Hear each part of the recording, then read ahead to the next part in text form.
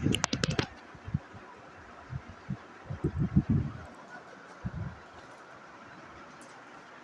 नमस्कार साथियों, कैसे हो आप सब लोग। मैं आशा करता हूँ काफ़ी बेहतरीन होंगे आप सब लोग। मेरा नाम है हरिओम सिंह और बहुत बहुत स्वागत है आप सभी लोगों का हरिओम एजुकेशन यूट्यूब चैनल पर।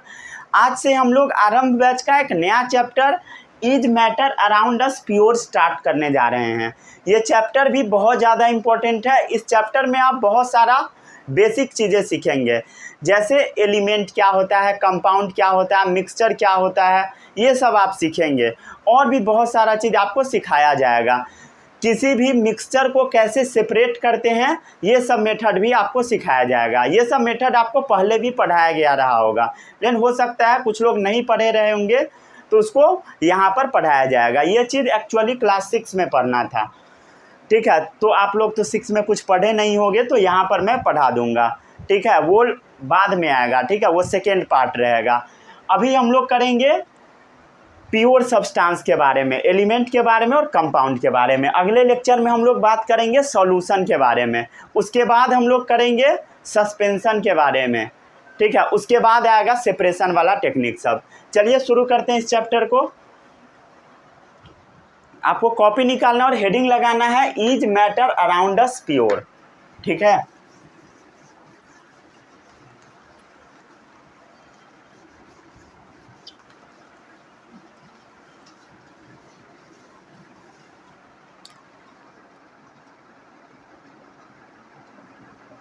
Is matter around us pure.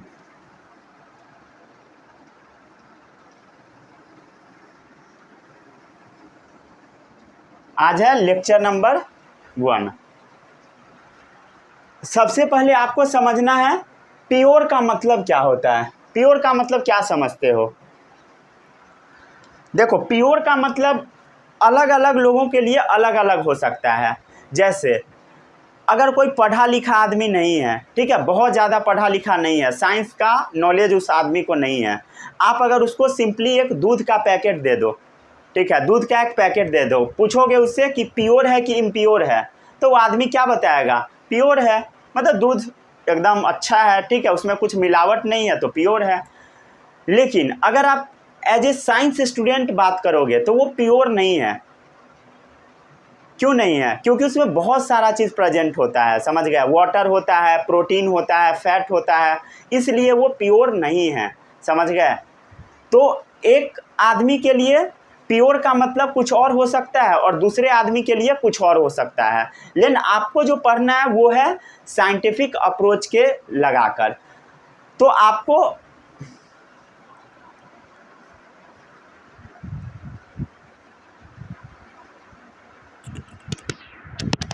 सही है।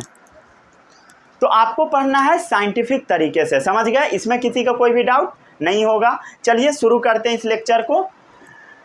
तो प्योर का मतलब मैं बता रहा था आपको, ठीक है। यहाँ पे लग रहा था कि साउंड कट रहा है, बट ठीक है, साउंड समझ गया। तो चलिए प्योर का मतलब हम लोग देख लेते हैं। प्योर का मतलब क्या होता है? प्योर का मतलब अगर आप डे टू डे लाइफ में बात करोगे तो इसका मतलब क्या होता है बता? डे टू डे लाइफ में इसका मतलब होता है उसके अंदर कोई भी मिलावट ना हो, free from any undesirable impurities. समझ गया? प्योर का मतलब क्या होता है? Free from any undesirable impurities. इसका मतलब समझो। इम्प्योरिटीज का मतलब तो पता होगा, इम्प्योरिटीज मतलब कचरा, ठीक है। अनडिजायरेबल, अनडिजायरेबल मतलब जो आप चाहते नहीं हो, ठीक है, वो अगर उस चीज़ में नहीं है तो वो चीज़ प्योर है। मतलब मान लो दूध आप लेने गए, ठीक है, मिल्क आप लेने गए, तो आप क्या नहीं चाहते हैं बताइए? कि उसमें ज़्यादा पानी ना ऐड कर दे, समझ गए। दूध में कुछ मिलावट ना हो। जैसे होता है ना, दूध आर्टिफिशियली भी बनाया जाता है, बहुत सारा मेथड आपको सिखाया गया होगा न्यूज़ चैनल वालों के द्वारा, समझ गए। यहाँ पर तो समझ रहे हो ना, न्यूज़ चैनल वाला गया था एक आदमी के पास, ठीक है, उसे पूछ रहा था कि दूध आप कैसे बनाते हैं, जब वो फर्जी दूध बनाते पकड़ाया तब, तो बता रहा था कि ऐसे ऐसे बनाते हैं। उसमें बहुत अच्छा मेथड बताया था, मैं भी देखा था उस वीडियो को। हालांकि ये वीडियो बहुत पुराना है, 4-5 साल आई गेस पहले का है, 4-5 साल पहले का। उसमें कैसे बनाता था, शैम्पू होता है ना, शैम्पू, ठीक है, एक शैम्पू था, उसको रिफाइंड में डाल के और उसको मिक्स कर देता था। रिफाइंड में शैम्पू डाल दिया, मिक्स कर दिया, उसके बाद उसमें पानी डाल के एकदम झाग तैयार करके पूरा बाल्टी भर दूध तैयार हो जाता था, और लास्ट में ऊपर से 1 लीटर दूध डाल देता था, हो गया दूध रेडी। मतलब पानी से फेन निकलता था, पानी और दूध को जब मिलाता था तेल के साथ तो फेन निकलता था, और फिर धीरे धीरे फेन गायब हो जाता था और दूध लगता था कि एकदम रियल वाला है, डिफरेंस से पता नहीं लगता था। समझ गया। तो ये सब तरीका है बनाने का जो कि मीडिया चैनल वाला बताता है, हम इसका गारंटी नहीं लेते हैं। समझ गए ना, ठीक है। चलिए आगे बढ़ते हैं। तो मिल्क के बारे में हम लोग बात कर रहे थे। तो मिल्क इम्प्योर है, इसका मतलब क्या है, इसके अंदर कुछ भी मिलावट है। आप क्या चाहते हैं कि इसके अंदर कोई मिलावट ना हो। तो प्योर का मतलब क्या है, हमारे डे टू डे लाइफ में free from any undesirable impurity, जो हम चाहते नहीं हैं वो चीज़ इसके अंदर नहीं होना चाहिए, मतलब पानी नहीं होना चाहिए। समझ गए, free from any undesirable impurities. समझ गया, ठीक है। इसका एग्जाम्पल हम लोग अभी क्या देखे हैं, प्योर मिल्क वाला। प्योर मिल्क का मतलब क्या, उसमें कोई भी एडल्ट्रेशन ना हो, कुछ भी मिलावट वगैरह ना हो। समझ गया, इसमें कोई भी मिलावट ना हो। एडल्ट्रेशन मतलब क्या होता है बता, मिलावट, ठीक है, दूध के अंदर कुछ भी मिलावट ना हो। क्लियर, समझ गया, मतलब वो free from all harmful substance. समझ गया। प्योर का मतलब क्या है बताइए, ऊपर तो प्योर लिखा ही है, यहाँ क्यों लिखूं, free from all harmful substance. Harmful substance से वो फ्री होना चाहिए। समझ गया। अब आता है इम्प्योर का डेफिनेशन। समझ गए, ठीक है। इम्प्योर का डेफिनेशन क्या होगा, इम्प्योर का डेफिनेशन क्या होगा, कुछ नहीं, कोई भी चीज़ में अगर आप मिलावट कर देंगे इम्प्योर हो जाएगा। समझ गए, ठीक है, देसी भाषा में अगर समझे तो, ठीक है। चलिए, लेकिन अब हम देख लेते हैं, ये तो डे टू डे लाइफ में हुआ प्योर का मतलब। अब प्योर का मतलब हम लोग एज अ साइंस स्टूडेंट बात कर लेते हैं। समझ गया, मतलब केमिस्ट्री पॉइंट ऑफ व्यू से बात करेंगे। प्योर का मतलब केमिस्ट्री में क्या होता है, प्योर का मतलब होता है जिसमें कुछ मिलावट ना हो। सही तो है, नहीं सही नहीं है। मतलब ऐसा सब्सटेंस जो कि एक ही टाइप के कॉन्स्टिट्यूएंट पार्टिकल्स का बना हो। समझ गया, substance is made up of only one type of constituent particles, वो प्योर है। समझ गया, substance which is made up of only one type of constituent particles, मतलब वो जो सब्सटेंस है उसके अंदर जो पार्टिकल्स है वो सब एक ही तरह का होना चाहिए। अगर नहीं है पार्टिकल्स एक जैसा तो इम्प्योर है। समझ गया।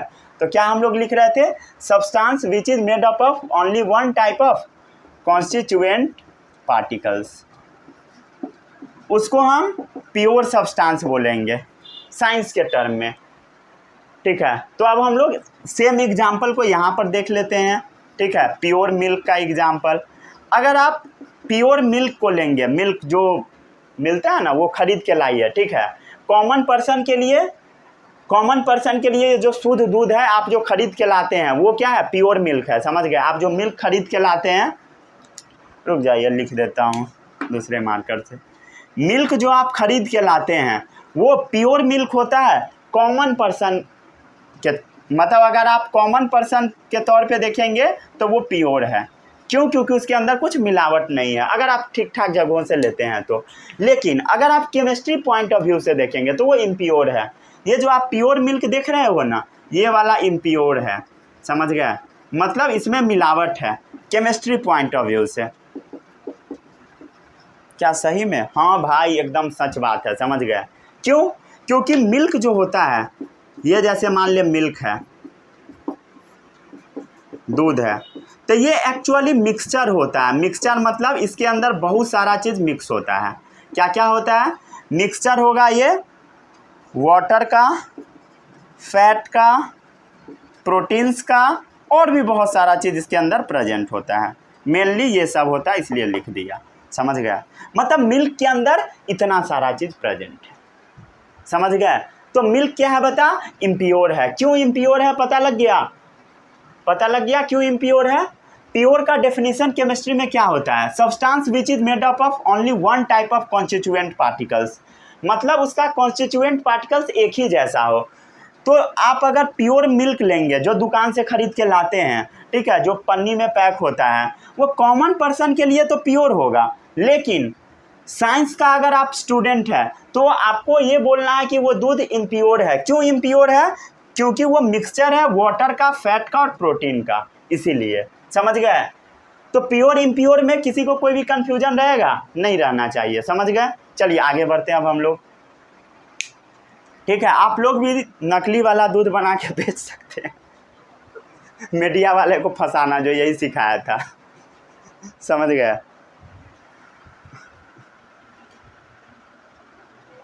यहाँ का मीडिया से बहुत कलाकार है, कुछ भी सिखा देता है। समझ गए ना? कोई आदमी कुछ हथियार बना रहा है, कोई आदमी शराब बना रहा है, वहाँ पे चला जाता है, पूछता है जो आप कैसे शराब बनाते हैं, बना के दिखाइए। अब जिसको नहीं आता है शराब बनाने, वो भी सीख जाएगा उसके बाद। समझ गए ना? तो यहाँ पर ये सब चीज़, हालांकि इस चीज़ पे रोक लगना चाहिए। समझ गए? ये गलत चीज़ होता है। ठीक है, इनडायरेक्ट रूप से वो गलत चीज़ को प्रमोट कर रहा है। समझ गए ना? जैसे मान लीजिए मिल्क ही बनाया जाता फर्जी तरीके से, तो वो हमको पता था? नहीं था। और भी आदमी को पता था? नहीं था। किसी को नहीं पता था कैसे दूध फर्जी तरीके से बनाया जाता है, बट मतलब एक ही आदमी बनाता था।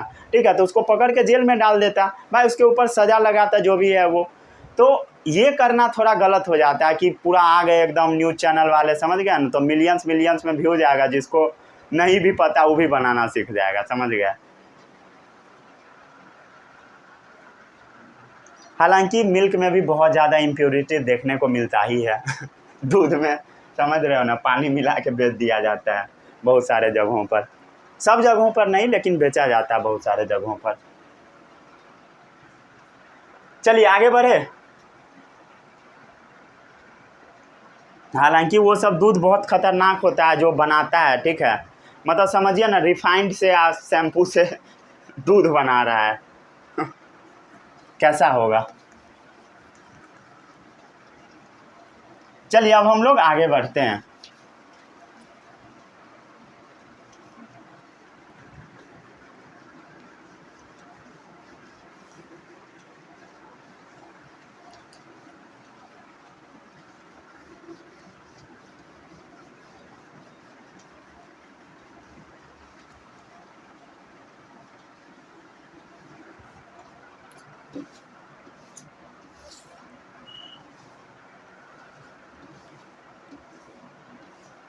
अब हम लोग आगे बढ़ते हैं। ठीक है, जो मैटर हमारे चारों तरफ है,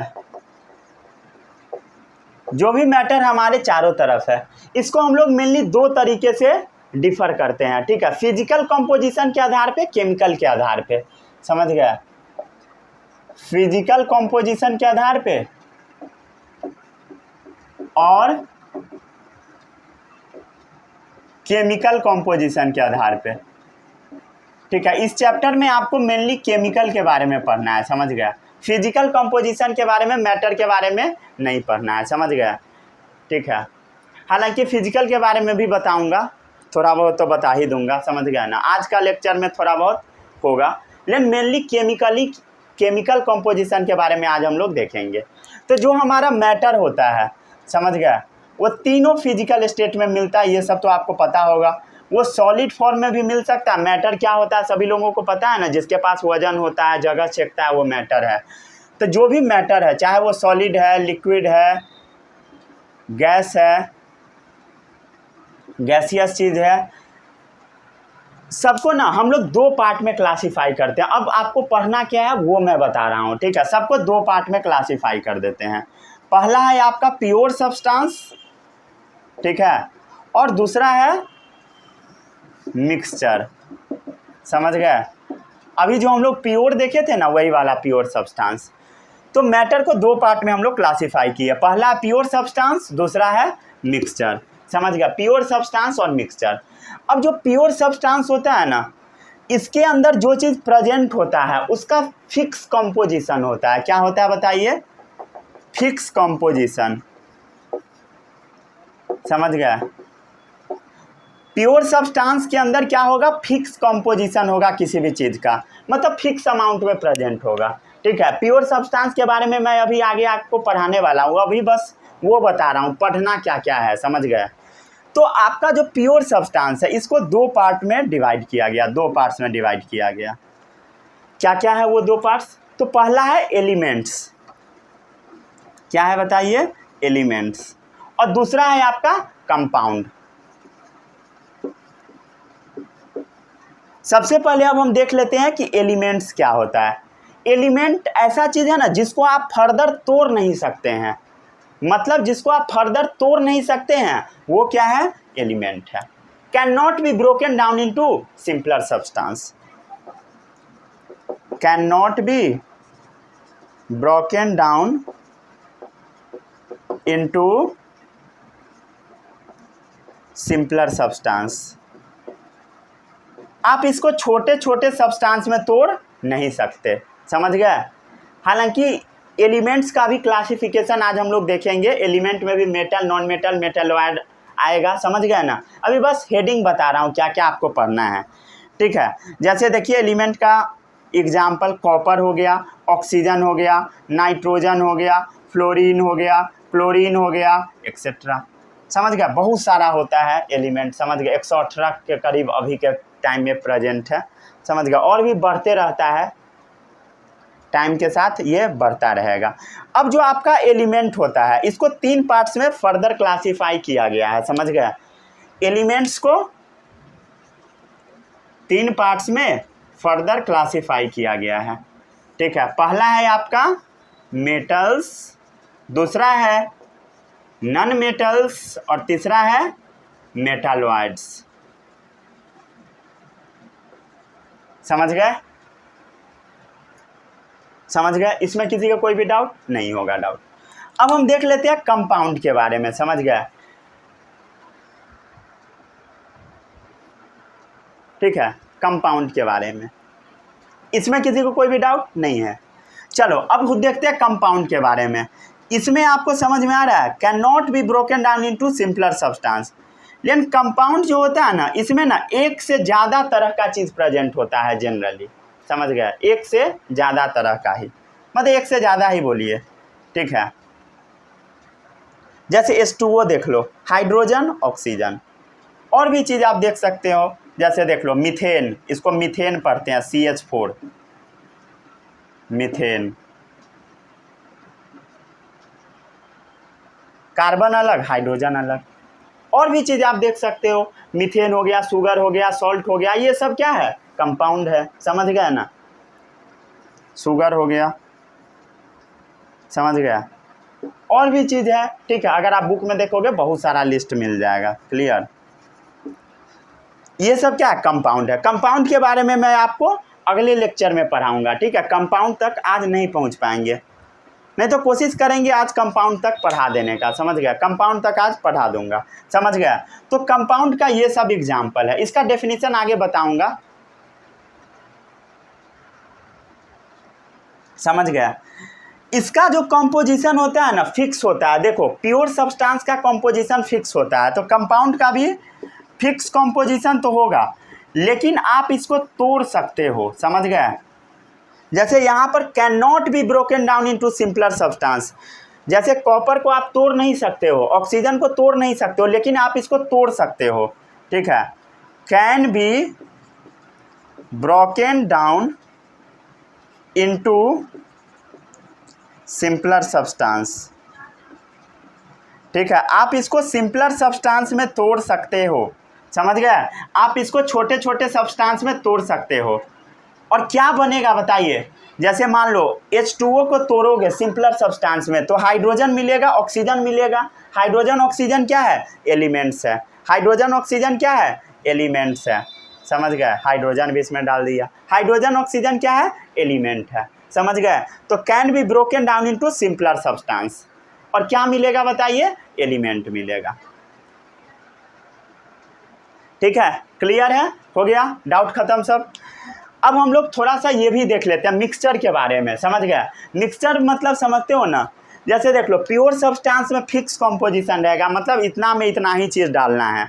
लेकिन मिक्सचर में कोई लिमिट नहीं है, पानी में आप कितना भी चीनी डाल दो कोई फर्क नहीं पड़ता है, समझ गया। कम भी डालोगे फर्क नहीं पड़ता है। तो मिक्सचर क्या है बताइए, नो फिक्स कॉम्पोजिशन, आपको नहीं बोला जाएगा कि इतना ही डालो, समझ गए। मतलब इसका फिक्स कॉम्पोजिशन होना जरूरी नहीं है, समझ गए। इसमें किसी को कोई भी डाउट नहीं होगा। अब जो मिक्सचर होता है ना, दो टाइप्स का होता है। कितने टाइप्स का बताइए, दो टाइप्स का।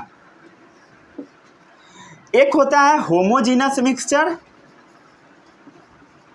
एक होता है आपका हेट्रोजीनस मिक्सचर। होमोजीनस और हेट्रोजीनस मिक्सचर, ठीक है, होमोजीनस मिक्सचर और हेट्रोजीनस मिक्सचर। अब हम देख लेते हैं सबसे पहले होमोजीनस मिक्सचर क्या होता है। जैसे देख लो, मान लो ये है पानी, ठीक है, पानी है, पानी में आप चीनी डाल दिए, मतलब शरबत तैयार कर दिए, ठीक है, या नमक डाल दिए, समझ गए। तो ये जो मिक्सचर बनेगा ये कैसा है, होमोजीनस। मतलब होमोजीनस का मतलब समझो, होमोजीनस का मतलब समझो, ये क्या था बताइए, ब्लैक वाला वाटर, ग्रीन वाला क्या था, शुगर या नमक जो भी है, ठीक है। इस दोनों को मिला के हम लोग मिक्सचर तैयार कर दिए, समझ गए, दोनों को मिला के मिक्सचर तैयार कर दिए। अगर आप इस मिक्सचर को देखोगे नहीं, टेस्ट करोगे, समझ गए, देखना नहीं है। अगर आप टेस्ट इसका करोगे तो हर जगह का टेस्ट एक ही जैसा होगा, ठीक है। मतलब यहाँ पर जो चीनी पानी होगा उसका भी टेस्ट वैसा ही होगा जैसा कि ऊपर वाले चीनी पानी का टेस्ट होगा, वैसा ही टेस्ट यहाँ का भी होगा, वैसा ही टेस्ट यहाँ का भी होगा। तो होमोजीनस मिक्सचर में टेस्ट जो है पूरा क्या है, हर जगह सेम है, यूनिफॉर्म है, समझ गए, ठीक है, समझ गए। तो होमोजीनस मिक्सचर में क्या है बताइए, यूनिफॉर्म कॉम्पोजिशन है, यूनिफॉर्म कॉम्पोजिशन। मतलब इसका कॉम्पोजिशन क्या है बताइए, यूनिफॉर्म है, हर जगह पे सेम टाइप का चीज़ प्रेजेंट है, मतलब यूनिफॉर्म कॉम्पोजिशन, समझ गए। जैसे एग्जांपल हो गया शुगर इन वाटर, समझ गए, ठीक है, समझ गए। एग्जांपल सब लिख लीजिए, शुगर इन वाटर, और भी लिख सकते हैं,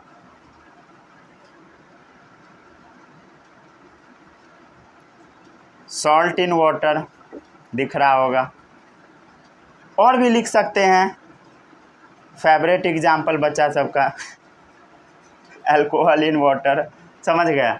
अब आता है हेट्रोजीनस मिक्सचर, ठीक है। हेट्रोजीनस का मतलब समझो, जैसे मान ले ये हो गया क्या चीज़, ये है आपका पानी, समझ गया। पानी में मान लेते कोई बालू मिला दिया, तो बालू क्या होगा, नीचे जाके बैठ जाएगा, समझ गए। बालू क्या होगा बताइए, सैंड, नीचे जाके बैठ जाएगा। सैंड प्लस वाटर का मिक्सचर तैयार किए, तो आपको कुछ समझ में आ रहा है। अगर ऊपर से आप पानी उठाओगे तो सैंड और वाटर का मिक्सचर मिलेगा ना, मिलेगा, नीचे में खाली आपको सैंडे मिलेगा, समझ गए। तो यूनिफॉर्म कॉम्पोजिशन है, बताइए, यहाँ पे यूनिफॉर्म कॉम्पोजिशन है, मतलब सेम कॉम्पोजिशन। इसमें नॉन यूनिफॉर्म कॉम्पोजिशन है, समझ गए। इसमें क्या है बताइए, नॉन यूनिफॉर्म कॉम्पोजिशन,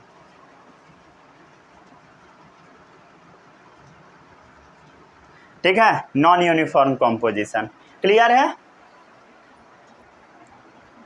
समझ गए, हो गया, क्लियर है। एग्जाम्पल लिखा हुआ है सैंड इन वाटर, ठीक है, दिख रहा होगा, इसमें किसी को कोई भी डाउट नहीं होगा, दिख रहा है ना, हाँ दिख रहा है, सब बढ़िया दिख रहा है।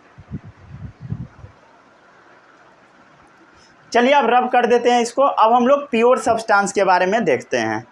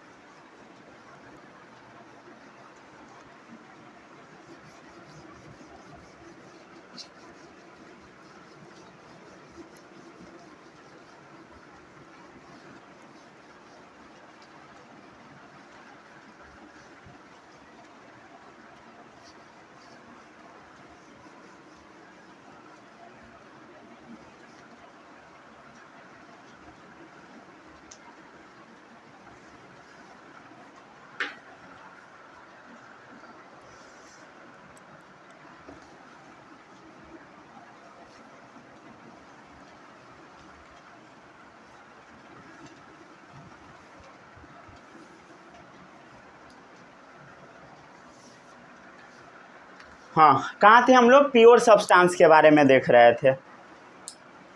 आगे बढ़ते हैं अब हम लोग प्योर सब्सटेंस के बारे में देख रहे थे। चलिए शुरू करते हैं प्योर सब्सटेंस से।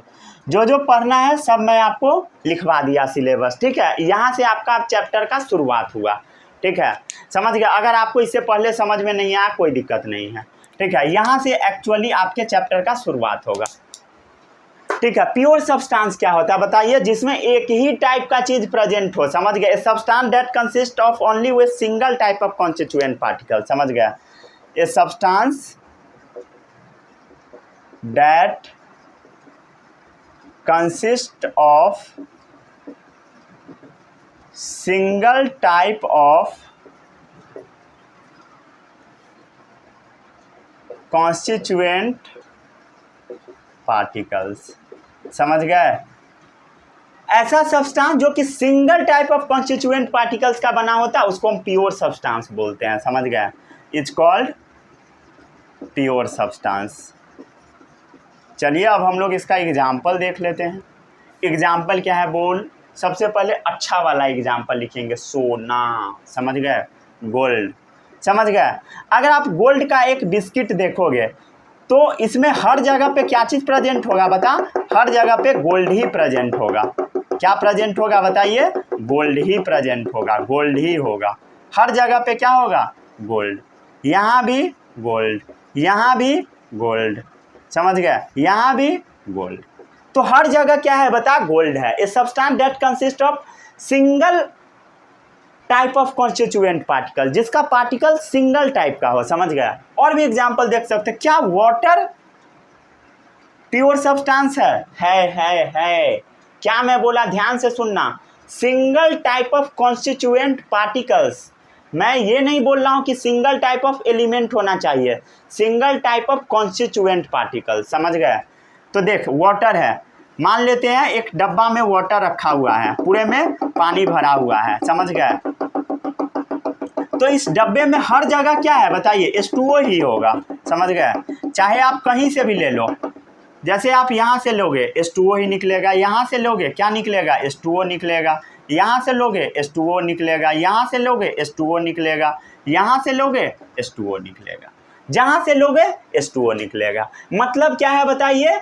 A substance that consist of single type of constituent particle is called pure substance. यही मतलब है। प्योर सब्सटेंस का मतलब यही है जो single type of constituent particles का बना होगा, प्योर सब्सटेंस। वाटर का फॉर्मूला क्या होता है बताइए? H2O। गोल्ड का क्या होता है बता? AU, समझ गया। गोल्ड का AU। धीरे धीरे याद करते जाइए, अपने आप हो जाएगा, समझ गया। ये सब सिंबल वगैरह में आपको बहुत ज़्यादा लफड़ा नहीं करना है। अगला चैप्टर जब आप पढ़िएगा एटम्स एंड मॉलिक्यूल्स, वहाँ पर ये सारा चीज़ मैं पढ़ा रखा है, ठीक है। तो वहाँ से आपका सारा डाउट क्लियर हो जाएगा, तो आपको दिक्कत उक्कत होने वाला नहीं है बिल्कुल भी। चलिए आगे बढ़े अब हम लोग।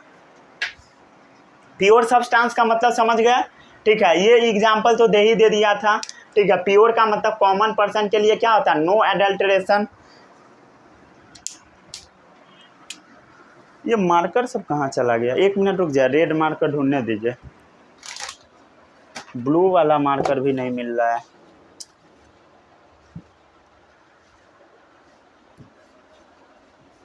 एक मिनट रुक जाइए, ढूंढ लेता। हाँ मिल गया रेड वाला, रेड मिला, ब्लू वाला भी नहीं मिल रहा है। पता नहीं कहीं रखा गया होगा, इतना सारा तो बुक्स वगैरह कहीं चला गया होगा। चलिए आगे बढ़ते हैं। कहाँ थे हम लोग? यहाँ पर क्या देख रहे थे? इसका डेफिनेशन कर लिए थे, ठीक है। क्या बात कर रहे थे हम लोग? अच्छा, ये आदमी वाला एग्जाम्पल है, ठीक है। हालांकि ये एग्जाम्पल तो बता ही दिया था, ठीक है। प्योर का मतलब कॉमन पर्सन के लिए क्या होता है? कॉमन पर्सन के लिए प्योर का मतलब क्या होता है बताइए? कोई मिलावट नहीं होना चाहिए, समझ गया। No adulteration. एडल्ट्रेशन मतलब मिलावट, कोई भी मिलावट उस चीज़ के अंदर नहीं होना चाहिए। बट प्योर का मतलब as a science student, as a scientist क्या होना चाहिए बताइए? क्या होना चाहिए? सिंगल टाइप ऑफ पार्टिकल्स, समझ गए। सिंगल टाइप ऑफ पार्टिकल्स उसके अंदर प्रेजेंट होना चाहिए। क्लियर है, समझ गए? Clear clear clear clear. आगे बढ़े, चलिए अब देखिए प्योर सब्सटेंस को दो पार्ट्स में क्लासिफाई किया गया है जो आपको अभी मैं पढ़ाऊंगा। ठीक है, प्योर सब्सटेंस को दो पार्ट्स में क्लासिफाई किया गया है। पहला क्या है बताइए? एलिमेंट, दूसरा है कंपाउंड। एलिमेंट्स और कंपाउंड्स। ठीक है, एलिमेंट्स को फिर से तीन पार्ट्स में क्लासिफाई किया गया है, metals, non metals and third one is metalloid. समझ गए? ठीक है, चलिए शुरू करते हैं अब आगे।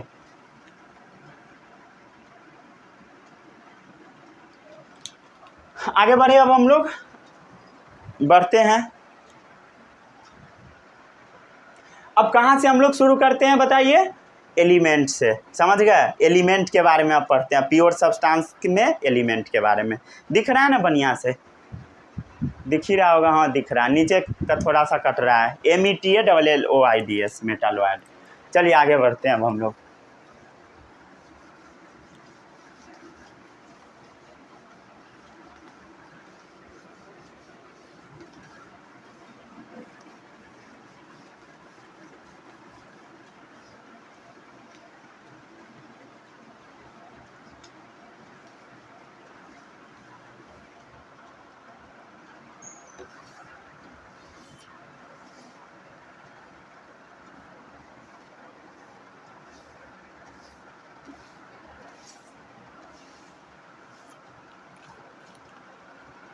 चलिए आगे बढ़े अब हम लोग। अब क्या चीज के बारे में देखना है? एलिमेंट के बारे में।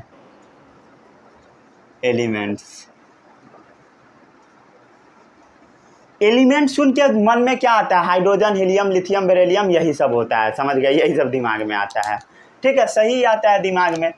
एलिमेंट क्या है बताइए? एक प्योर सब्सटेंस है। क्या है बताइए? प्योर सब्सटेंस, एकदम साफ सुथरा चीज है एलिमेंट। ठीक है, एकदम साफ सुथरा चीज। ठीक है, साफ सुथरा चीज। अब हम लोग एलिमेंट के ना कुछ हिस्ट्री के बारे में देख लेते हैं। समझ गया? जो कि अक्सर आपको नहीं बताया जाता है। ठीक है, उसके बारे में हम लोग देख लेते हैं। तो एलिमेंट वर्ड जो सबसे पहले साइंटिस्ट यूज किए थे वो कौन थे पता है आपको? Robert Boyle. ठीक है, first term use by Robert Boyle. ठीक है, term first use by Robert Boyle. ठीक है, ये करीब करीब 1620 के आसपास में, 1620 ऐसे ही के आसपास में किए थे डिस्कवरी। अब एग्जैक्ट डेट याद नहीं है। ठीक है, 20 नहीं 50-60 के, पता नहीं क्या है। रुक जाइए, बुक में ढूंढने दीजिए। 60-61, रुक जाइए 61, एक मिनट। देखा था एक बुक में, क्या क्या बोल रहा हूँ। हाँ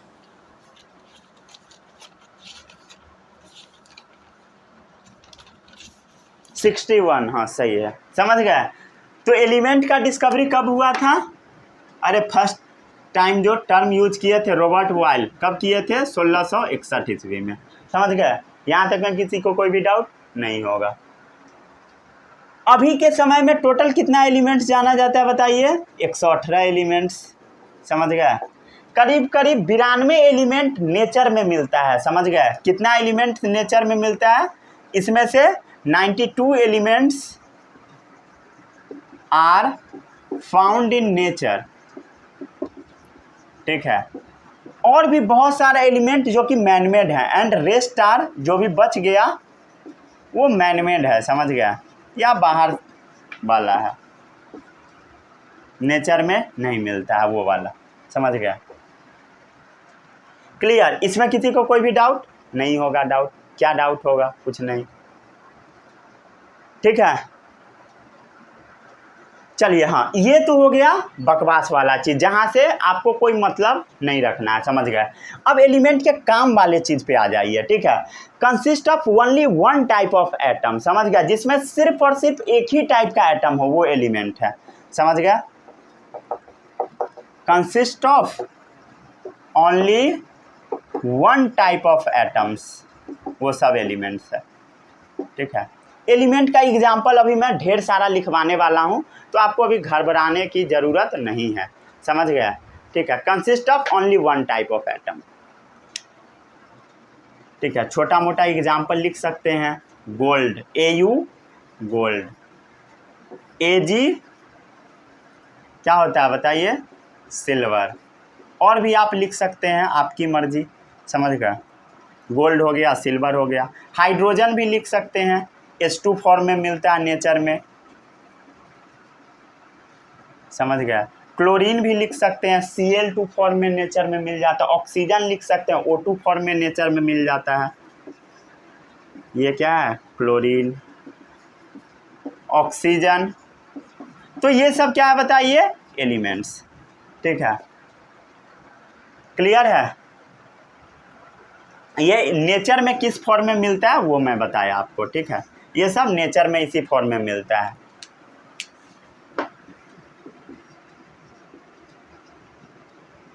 नेचर में इसी फॉर्म में अवेलेबल होता है।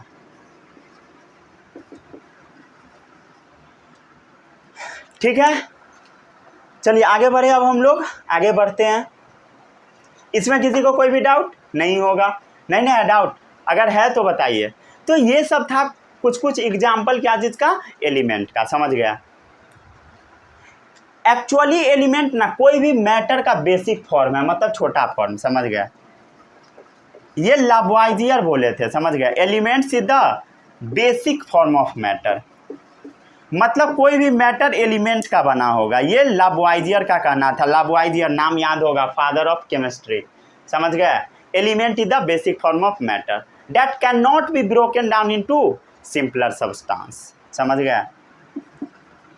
That can not be broken down into simpler substance. आप उसको सिंपलर सब्सटेंस में नहीं तोड़ सकते। कोई भी मेथड लगा लीजिए, केमिकल मेथड लगाइए, फिजिकल लगाइए, वो नहीं टूटेगा। ठीक है, ये डेफिनेशन किसने दिया था बताइए, लावॉइजियर ने। लावॉइजियर कौन है बताइए, फादर ऑफ केमिस्ट्री।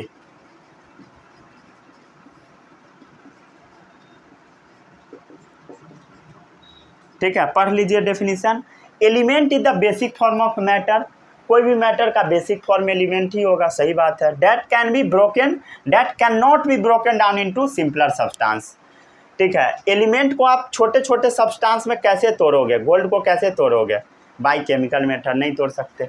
तो यही डेफिनेशन था लावॉइजियर सर का, समझ गए, क्लियर है। चलिए और भी चीज़ें हम लोग देख लेते हैं। एलिमेंट्स जो होता है, रुक जाए, नीचे नहीं ऊपर ही लिखते हैं। ठीक है, हो गया, नोट कर लिए। आगे बढ़ते हैं अब हम लोग, कर लिए नोट।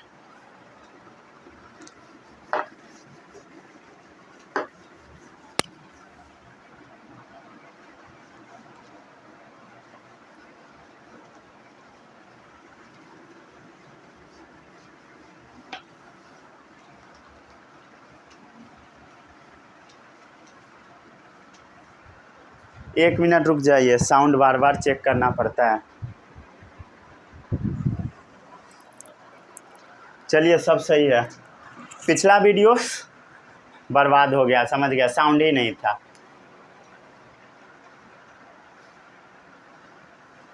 ठीक है, साउंड कभी कभी बीच से कट जाता है, समझ गया, बीच से। स्टार्टिंग में रहता है जब चेक करता हूँ, तो अब बीच में गायब हो जाता है। ठीक है, थोड़ा भी ध्यान इधर उधर होता है, हिल उल जाता है जैक वगैरह, जैक में तो गड़बड़ा जाता है साउंड में। चलिए आगे बढ़ते हैं। अब हम लोग क्या देख रहे थे, एलिमेंट्स के बारे में, समझ गया। एलिमेंट्स के बारे में, एलिमेंट्स के बारे में क्या देखना था बताइए, स्टेट के बारे में, मतलब वो नेचर में किस फॉर्म में मिलता है, समझ गया। तो मेजोरिटी जो आपका एलिमेंट सब है, समझ गया, मेजोरिटी एलिमेंट्स वो ना सॉलिड फॉर्म में मिलता है। किस फॉर्म में मिलता है बताइए, सॉलिड फॉर्म में। ठीक है, कुछ ही ऐसा एलिमेंट है जो कि लिक्विड में मिलता है, कुछ लिक्विड में मिलता है। Some element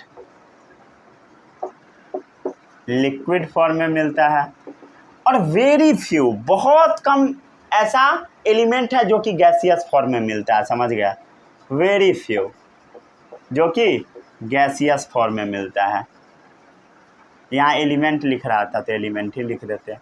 very few elements है जो कि गैसियस फॉर्म में मिलता है। ठीक है, चलिए तीनों का एग्जाम्पल आप बताइए। ठीक है, तीनों का एग्जाम्पल बताइए। ठीक है, बताइए, लिखिए कमेंट बॉक्स में, बताइए। अब मैं बताता हूँ, नहीं पता है तो सॉलिड फॉर्म का नाम बताइए। मोस्ट कॉमन जो अभी मैं आपको बताया, गोल्ड हो गया, सिल्वर हो गया। अरे भाई अभी ना कॉपी में लिखवाया गोल्ड सिल्वर, वहाँ से देख के बोल देते, समझ गए। अब हम देख लेते हैं एलिमेंट जो कि लिक्विड फॉर्म में मिलता है। मर्क्यूरी हो गया, ब्रोमीन हो गया।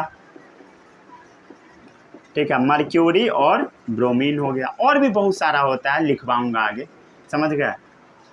अब देख लेते हैं गैसियस वाला, तो ये सबको पता है, जो भी गैस आपके नेचर में है वही बोल दीजिए। क्या क्या है बता, नाइट्रोजन है, और क्या है, ऑक्सीजन है। इसी का परसेंटेज ज़्यादा है तो यही सब बता दीजिए, समझ गए। ठीक है, अब आपको एलिमेंट्स के बारे में फर्दर क्लासिफिकेशन के बारे में पढ़ना है। तो एलिमेंट्स को हम लोग कितने पार्ट्स में क्लासीफाई करेंगे, 3 पार्ट्स में। पहला है मेटल्स, दूसरा है नॉन मेटल्स, और तीसरा है मेटालॉइड्स। अब एक एक करके हम लोग तीनों के बारे में बातचीत करते हैं। चलिए इसको जल्दी से नोट डाउन कीजिए।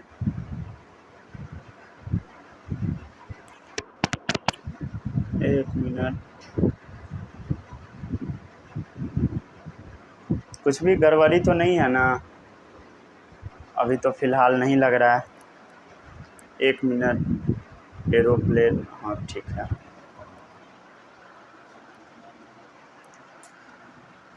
एरोप्लेन मोड भी ऑन छूट जाता है, मतलब ऑन नहीं कर पाते हैं, अगर छूट जाता है तो गड़बड़ आ जाता है। एरोप्लेन मोड ऑन नहीं होता है तो, समझ गए।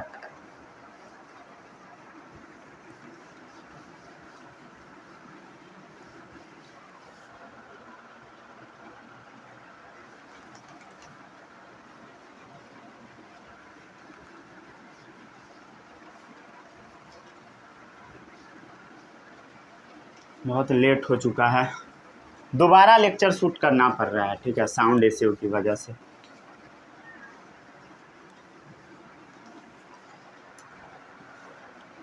चलिए अब हम लोग आगे बढ़ते हैं।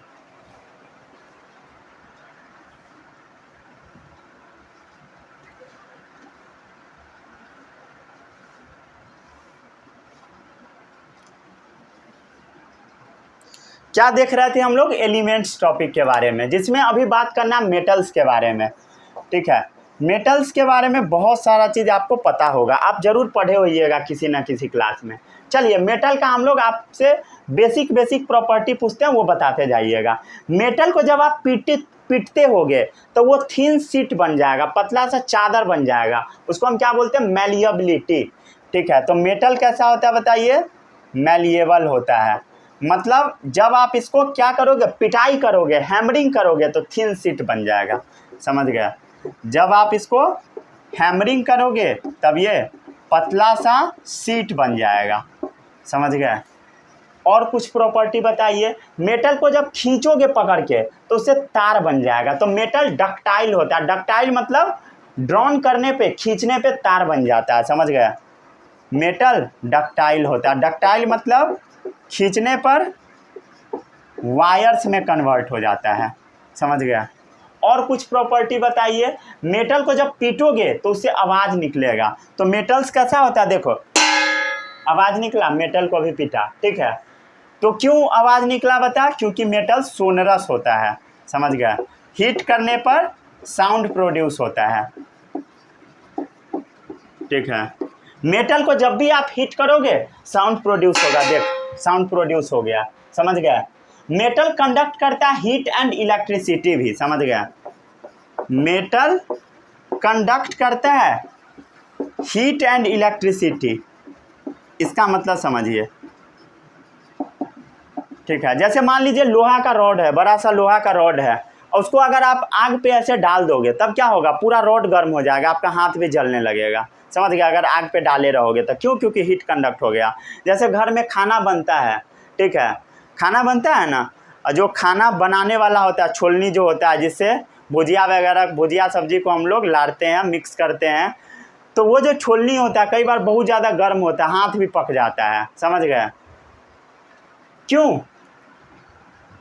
ड्यू टू हीट कंडक्ट करता है मेटल। जो मेटल होता है वो इलेक्ट्रिसिटी को भी कंडक्ट करता है, समझ गए? ठीक है, मेटल से इलेक्ट्रिसिटी भी कंडक्ट होता है, मतलब करंट भी मारेगा, समझ गए? लोहा का जो छड़ होता है छत पे, उस पर मार सकता है करंट, ठीक है, अगर अर्थिंग वाला तार बांधा होगा तो, बढ़िया से नहीं बांधा होगा तो, ठीक है। कई घर में ऐसा होता है, सब घर में नहीं होता है, किसी किसी में होता है, किसी किसी अब तो फिलहाल बहुत कम गया है, पहले तो घर घर में होता था, समझ गए? ये सब चीज़, ठीक है, अब लोग थोड़ा जागरूक हो गया है, समझ गए? तो मेटल कंडक्ट करता है हीट और इलेक्ट्रिसिटी, समझ गए? ये सब कुछ बेसिक कैरेक्टर है मेटल का। मेटल देखने में सुंदर होता है, ठीक है, लस्ट्रस होता है, शाइनिंग प्रॉपर्टीज़ के पास होता है, समझ गए? ये चमकता है, ठीक है। मेटल का स्पेसिफिक कलर होता है, metal generally silver grey colour में आपको मिलेगा। किस कलर में मिलेगा बताइए? सिल्वर ग्रे कलर में मिलेगा, समझ गए? सिल्वर ग्रे, और भी मिल सकता है, लेकिन मोस्ट कॉमन जो कलर है वो है सिल्वर ग्रे कलर, जिसमें आपको मेटल मिलेगा। और गोल्डन येलो कलर में भी मिल सकता है, समझ गए? गोल्डन येलो, ठीक है, ये सब कलर है जिस कलर में आपको मेटल मिलेगा। अब कोई ऐसा है जो कि ये पूछ रहा होगा कि सिल्वर ग्रे कैसा होता है, तो आपको कुछ नहीं करना है, गूगल पे बस टाइप करना है सिल्वर ग्रे, आपको कलर मिल जाएगा, समझ गए? अब ये नहीं पूछना है कि सिल्वर ग्रे कलर आप बना के दिखाइए कोई भरोसा नहीं है, समझ गए? तो ये सब नहीं पूछना, उल्टा पुल्टा चीज़, समझ गए? ठीक है, जैसे कुछ एग्जाम्पल देख लीजिए, आपका हो गया सुंदर सा गोल्ड, सिल्वर, ठीक है, AU गोल्ड, AG सिल्वर, समझ गए? क्लियर है? कॉपर हो गया, आयरन हो गया, सोडियम हो गया, ठीक है, जो लिखना अंशंत लिखते जाओ, कॉपर हो गया, सोडियम हो गया, आयरन हो गया, एक्सेट्रा एक्सेट्रा एक्सेट्रा, समझ गए? ठीक है, इसमें किसी को कोई भी डाउट नहीं होगा? क्या डाउट होगा? कुछ नहीं होगा। मर्क्यूरी एक ऐसा मेटल है ना जो कि लिक्विड होता है रूम टेम्परेचर पे, बस, समझ गया?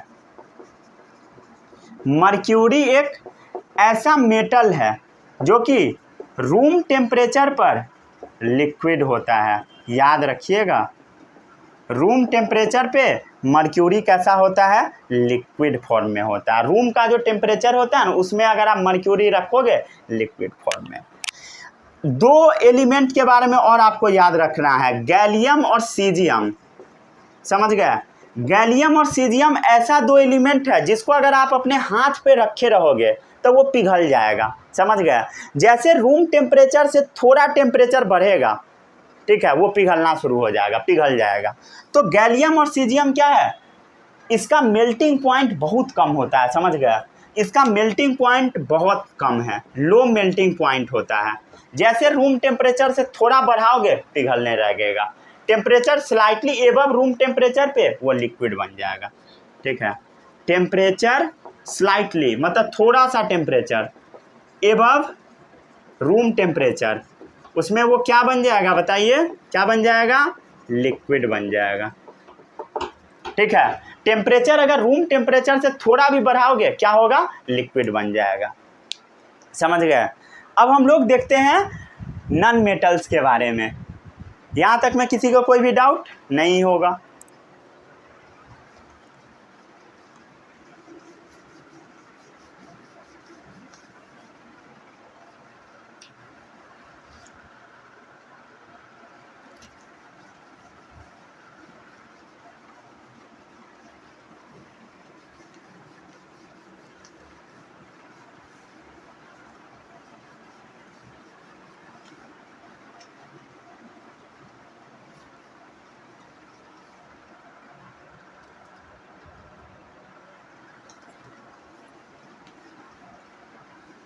अब हम लोग देख रहे हैं नॉन मेटल्स के बारे में।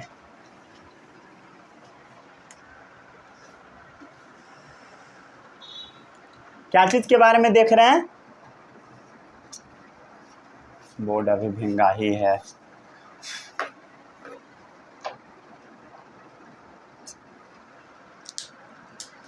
अभी हम लोग देख रहे हैं नॉन मेटल्स के बारे में। ये है दूसरा टाइप एलिमेंट्स का, समझ गया। नॉन मेटल जस्ट इसका अपोजिट होता है, मैलिएबल नहीं होता है, समझ गया, मैलिएबल नहीं होता है, ठीक है। नॉन मेटल्स मैलिएबल नहीं होता। मैलिएबल का मतलब क्या होता है, पिटने पे सीट बनना, नहीं बनेगा। खींचने पे तार बनना, उसको डक्टाइल बोलते हैं हम लोग। क्या नॉन मेटल डक्टाइल होता है ना, नहीं होता है। क्या वो हीट और इलेक्ट्रिसिटी कंडक्ट करेगा, नहीं करेगा, ठीक है।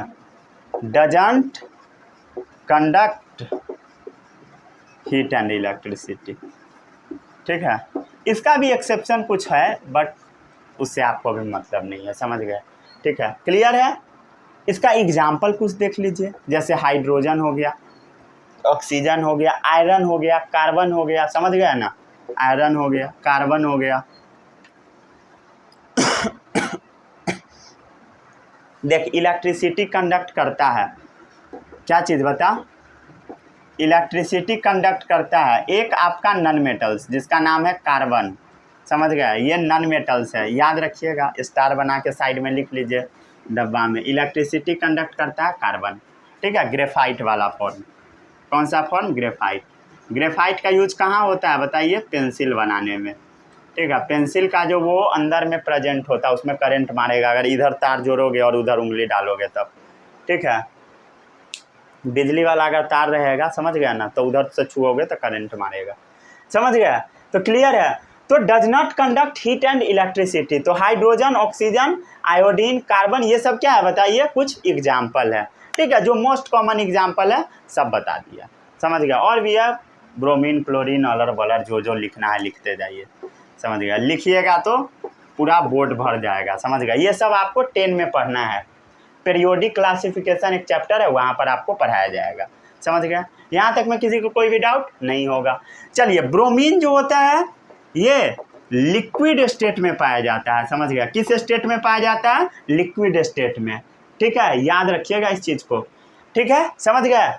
चलिए, अब आपको मैं एक होमवर्क देता हूँ, ठीक है। होमवर्क क्या है, difference between metals and non metals. नहीं, ये होमवर्क नहीं है, अभी आप लिख लो, ठीक है। मेटल्स और नॉन मेटल्स, इसके बीच में 5 डिफरेंस आपको लिखना है अभी, 1 2 3 4 5। मैं नहीं बताऊंगा, ये आपको खुद ही लिखना है, समझ गए, अपने नोट्स में लिख लेना है, गूगल का यूज नहीं करना, जो मैं बताया वही लिखना है, ठीक है। चलिए, अरे भाई बताइए, लस्ट्रस होता है, ये लस्ट्रस होता है, नहीं होता, नॉट लस्ट्रस, ठीक है, वैसे ही लिख लो, ठीक है। ये मैलिएबल होता है, वो नहीं होता। ये सिल्वर ग्रे कलर का होता है, गोल्डन येलो, ये देख कैसा होगा, सिल्वर ग्रे या गोल्डन येलो, बट वो ऐसा नहीं होता है, समझ गया। ये अलग अलग फॉर्म में मिल सकता है, अलग अलग कलर में, वैरायटी ऑफ कलर्स में मिल सकता है, समझ गया, वैरायटी ऑफ कलर्स में आपको मिल जाएगा, ठीक है। और भी कुछ कुछ आप लिख सकते हो। ये डक्टाइल होता है, वो नहीं होता है, समझ गया। ये डक्टाइल होता है, ये डक्टाइल नहीं होता है, ठीक है। ये मैलिएबल होता है, मतलब इसको पीटोगे थिन शीट बन जाएगा, लेकिन ये ब्रिटल होता है, समझ गया। ब्रिटल मतलब पीटने पे ये बिखर जाएगा, समझ गया। हैमरिंग पे पीस में ब्रेक हो जाएगा, समझ गया। हैमरिंग के बाद क्या होगा बताइए, बहुत सारे पीसेस में ब्रेक हो जाएगा। अरे ये तो तुम्हें लिखने के लिए मैं बोला था मैं खुद ही लिख दिया, समझ गया, ठीक है। ये कैसा है बताइए,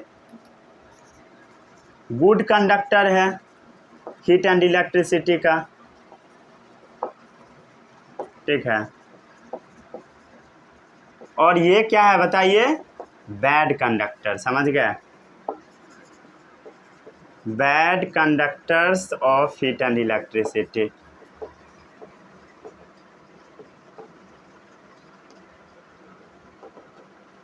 समझ गए, ठीक है, हो गया। ये सोनरस होता है, मतलब पीटोगे तो आवाज़ निकलेगा, ये सोनरस नहीं होता है, ठीक है, समझ गए। ये सब कुछ बेसिक बेसिक प्रॉपर्टी सब था ऊपर ऊपर से, समझ गए। अब हम देख लेते हैं मेटालॉइड्स के बारे में, समझ गए।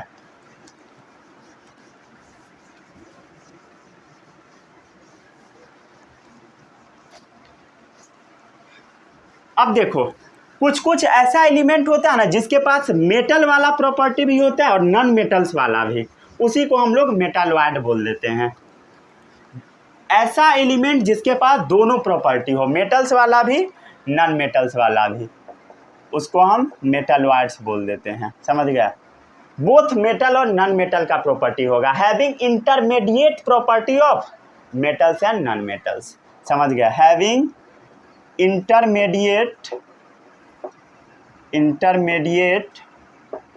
properties of metals and non metals, समझ गया।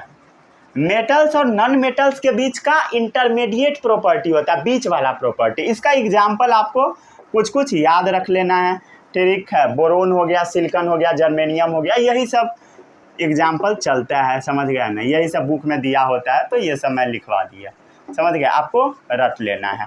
और इसके बारे में और डिटेल में देखना चाहिएगा तो कहाँ मिलेगा, क्लास 10 का चैप्टर 5 मैं वहाँ पे आपको पढ़ाऊँगा। किस चैप्टर में, पीरियोडिक टेबल वाले में, पीरियोडिक टेबल में, समझ गए, ठीक है। वहाँ पर मैं आपको सिखाऊंगा ये सब चीज़। अब हम लोग देखते हैं कंपाउंड्स के बारे में, ठीक है। कंपाउंड्स के बारे में मैं कुछ देर पहले आपको समझाया था। कंपाउंड के बारे में, कंपोज ऑफ 2 या मोर एलिमेंट्स, उसी को कंपाउंड बोलते हैं, समझ गया। कंपोज ऑफ 2 या मोर एलिमेंट्स, 2 या 2 से ज़्यादा एलिमेंट्स का कंपाउंड बना होता है, समझ गया। इसका एग्जाम्पल देख लीजिए, H2O। H2O क्या है, पानी है। ये क्या है, कंपाउंड है, मेड अप ऑफ 2 या मोर एलिमेंट, हाइड्रोजन ऑक्सीजन, समझ गया। मीथेन हो गया, CH4, ये क्या है बता, कंपाउंड है, मेड अप ऑफ 2 या मोर एलिमेंट, 2 एलिमेंट का बना हुआ है। CO2 हो गया, NaCl हो गया, समझ गया ना। CO2 हो गया, NaCl हो गया, NH3 हो गया, समझ गया। CO2 क्या होता है बता, कार्बन डाइऑक्साइड। ये क्या है, सोडियम क्लोराइड। ये क्या है बोल, अमोनिया, समझ गए। AMMONIA, clear. इसमें किसी को कोई भी डाउट नहीं होगा, क्लियर क्लियर, ठीक है। कंपाउंड का जो कॉम्पोजिशन होता है हर जगह पे सेम ही होता है, समझ गए ना। जैसे मान ले इस डब्बा में पानी रखा हुआ है तो इसका कॉम्पोजिशन क्या होगा, हर जगह पानी ही होगा। ये मैं स्टार्टिंग में आपको बताया था। The composition of a compound remain the same through out, समझ गए। The composition of a compound remains same through out, समझ गया। हर जगह पे कंपाउंड का प्रॉपर्टी क्या होगा, सेम ही होगा, क्लियर है। हर जगह पे, यहाँ भी वही पानी होगा, यहाँ भी क्या होगा, H2O ही होगा, यहाँ भी H2O ही होगा, यहाँ भी H2O ही होगा, यहाँ भी H2O ही होगा, समझ गए। हर जगह पे H2O होगा, क्लियर। चलिए और हम कंपाउंड से रिलेटेड कुछ बहुत ज़रूरी चीज़ के ऊपर बातचीत कर लेते हैं,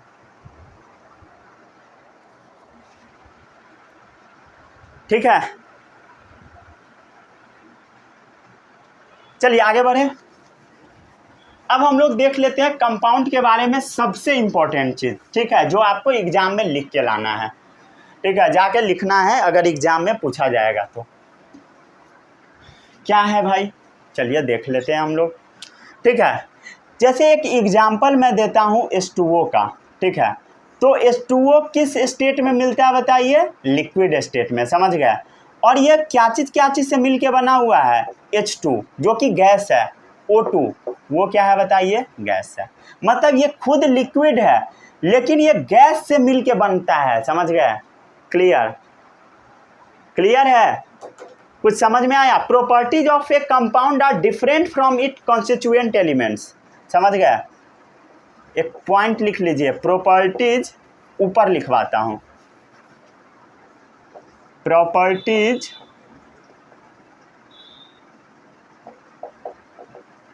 of a compound are different from its constituent elements. Compound का जो प्रॉपर्टी है वो कॉन्स्टिट्यूएंट एलिमेंट से डिफरेंट होता है। Properties of a compound are different from constituent elements. Hydrogen gas है, ऑक्सीजन गैस है, पानी लिक्विड है, समझ गया। और भी चीज़ आप देख सकते हो, और भी प्रॉपर्टी देखो। यूनिक प्रॉपर्टी क्या होता है, ऑक्सीजन जो होता है ना किसी भी चीज़ को जलाने में सपोर्ट करता है, ये सपोर्टर ऑफ कंबसन है, समझ गए। अलग लिख देता हूँ, ठीक है, यहाँ लिखता हूँ H2O। अगर कहीं आग लग जाए तो आग को क्या चीज़ से बुताया जाता है बताइए। बेसिक सबसे पहले हम लोग क्या करते हैं, पानी फेंकते हैं, समझ गए। हालांकि बहुत अच्छे से पानी से नहीं शांत होता है आग, समझ गए ना, लेकिन फिर भी हम लोग पानी ही डालते हैं क्योंकि यही होता है। तो फायर एक्सटिंग्विशन के तौर पे आप यूज कर सकते हैं आग को बुताने के तौर पे। लेकिन एक चीज़ ध्यान दीजिए, ये जो वाटर है ना H2 और O2 से मिलके बना हुआ है, समझ गए। ऑक्सीजन जो होता है ये सपोर्टर है कंबसन का, मतलब समझ रहे हो, आग को लगाने में मदद करेगा, आग को बढ़ाने में मदद करता है, समझ गए, सपोर्टर ऑफ कंबसन, ठीक है। और ये जो हाइड्रोजन है ये ना कंबस्टिबल कंपाउंड है। कंबस्टिबल मतलब ये आग लग जाएगा इसमें, समझ गए। हाइड्रोजन बहुत अच्छा फ्यूल के तौर पर भी यूज होता है। ये कंबस्टिबल कंपाउंड है, मतलब कंपाउंड नहीं बोल दो, कंबस्टिबल सब्सटेंस बोलो। ये कंबस्टिबल सब्सटेंस है, इसके अंदर आग बहुत अच्छा लग जाएगा, ये फ्यूल के तौर पे यूज होगा और ये आग को लगाने में मदद करता है। लेकिन ये जब दोनों साथ में मिल जाता है तो ये आग बुताने में मदद करता है, समझ गए, ठीक है। एक है जलने वाला, एक है उसको सपोर्ट करने वाला, और जब दोनों मिल जाता है तो एकदम शांत हो गया, आग को शांत करने वाला, समझ गए। मतलब कुछ समझ में आ रहा है। एलिमेंट का प्रॉपर्टी कुछ और है, जब दोनों एलिमेंट कंबाइन किया कुछ और प्रॉपर्टी बन गया, समझ गए। तो property of compound are different from its constituent element. ये जो कंपाउंड है इसका प्रॉपर्टी इस एलिमेंट से बहुत ज़्यादा डिफरेंट है, समझ गए। यहीं पर इस लेक्चर को समाप्त करते हैं। अगले लेक्चर में हम लोग सॉल्यूशन के बारे में बातचीत करेंगे, ठीक है। Thanks, all the best, bye bye.